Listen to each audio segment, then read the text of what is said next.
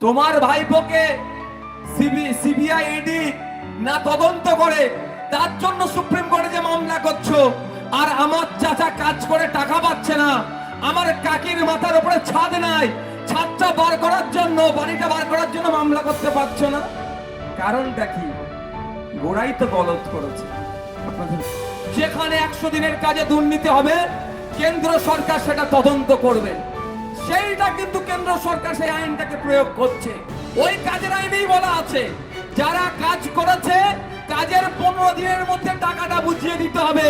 দুঃখের বিষয়, শুভেন্দু অধিকারীদের সরকার, দিলীপ ঘোষের সরকার, এই অমৃতা রায় মহাশয়াদের সরকার একটা আইন মানছে, আর গরিবের 15 দিনের মধ্যে টাকাটা বুঝিয়ে দিতে হবে। এই আইনকে মানছে না কেন? আমরা বলছি তো, যদি বিজেপি সরকার না পারে, এই অমৃতা রায় মহাশয়রা না পারে, আমাদেরকে বলুক ওই 100 দিনের কাজে যে সমস্ত সুপারভাইজার গুলো দুর্নীতি করেছে, নেতাগুলো দুর্নীতি করেছে, যে 15 লক্ষের অধিক ফেক জব কার্ড বানিয়েছে, যদি বিজেপি সরকার না পারে, আমাদেরকে বলুক, আমরা তাদেরকে ধরে চালু ডাব্বাতে তুলে দিল্লিতে পাঠিয়ে দিচ্ছি তিহার জেলে রাখার জন্য।